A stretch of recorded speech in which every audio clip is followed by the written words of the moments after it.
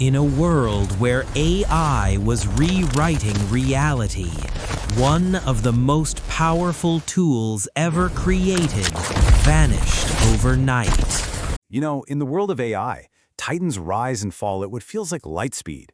And in early 2026, the entire video landscape was just completely rocked by a massive shakeup.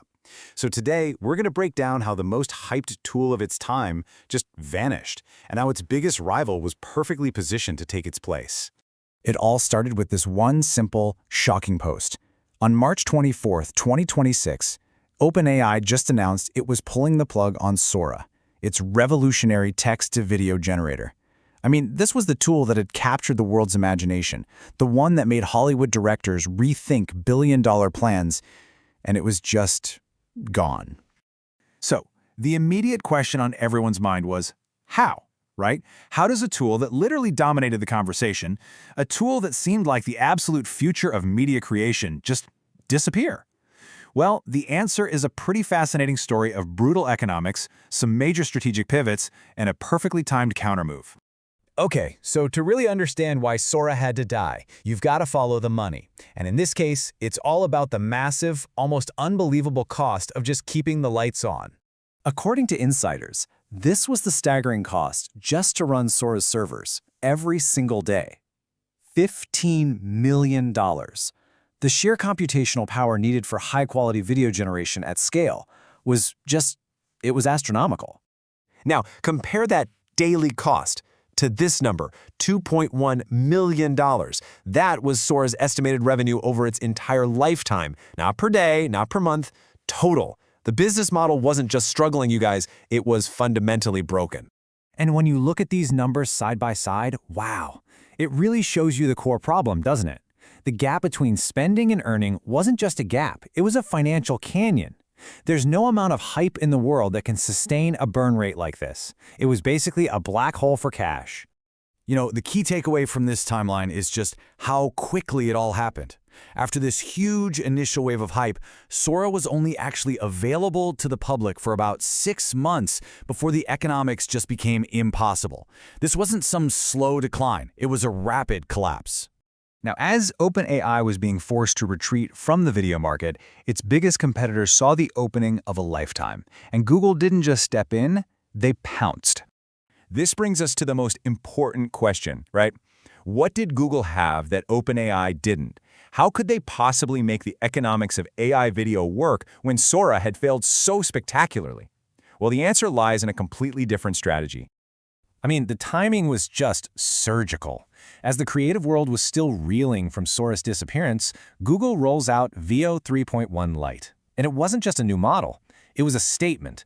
The message was crystal clear: video is here to stay, and Google was going to be the one to make it affordable and accessible for everyone. This pricing table really reveals Google's core strategy. See, they weren't trying to sell a single premium artistic tool, they were creating a utility. By offering this tiered system, from an ultra-cheap light model to a higher-quality standard version, they turned AI video into a scalable service, kind of like cloud storage or email. But how could Google even offer these prices?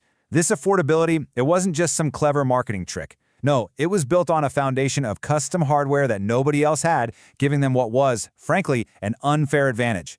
And this right here is Google's secret weapon, the Trillium TPU. See, while everybody else is out there renting expensive GPUs, Google designs its own custom AI chips. It's a strategy called vertical integration.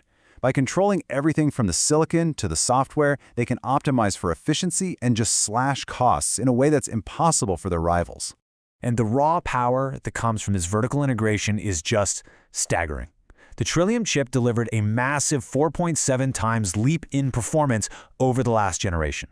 That's not just an incremental improvement, folks. It's a step change that fundamentally alters the cost of generating a video. It's what makes the entire business model profitable. So, in the wake of Sora's exit and Veo's rise, the dust has now settled on a completely new battlefield. For creators, the question isn't, when can I use Sora anymore? Now it's, okay, what tool is right for my project right now? And the good news is there are some fantastic options out there. Google's Veo 3.1 has quickly become the go-to for scalable, reliable generation, with awesome features like native audio. For that really high-end creative work where you want to avoid that AI look, Runway Gen 4.5 is still a huge favorite in ad agencies. And for long-form social media content, Kling 3.0's ability to generate clips up to 2 minutes long is an absolute game-changer. So, pulling back, this entire episode, Sora's fall and Vio's rise, it's more than just corporate drama. It marks a fundamental strategic split in the AI world, a moment that analysts are now calling the Great Decoupling. So what is the Great Decoupling? Well, it's the moment these two AI giants looked at the future and chose two completely different paths. OpenAI decided that the brutal, low-margin business of consumer media just wasn't their endgame, so they pivoted their resources toward what they call physical AI, using their world simulation tech to power robotics and automate the physical economy. And this slide really captures the two distinct futures being built. On one side, you have OpenAI chasing the grand challenge of AGI through physical interaction. And on the other, you have Google mastering media AI, turning content creation into a cheap, reliable utility that's just woven into the fabric of our digital lives. And that leaves us with a final, really fascinating question. We now have two completely distinct visions for the future of artificial intelligence. One path leads to AI in the physical world, building our cars and exploring new planets. The other leads to AI in our digital world, creating our entertainment and shaping our culture. Which one will ultimately have the bigger impact? That's a future we're all going to be watching unfold. Two visions of the future now stand before us, one shaping the physical world, the other redefining the digital one. The only question is, which future will define humanity?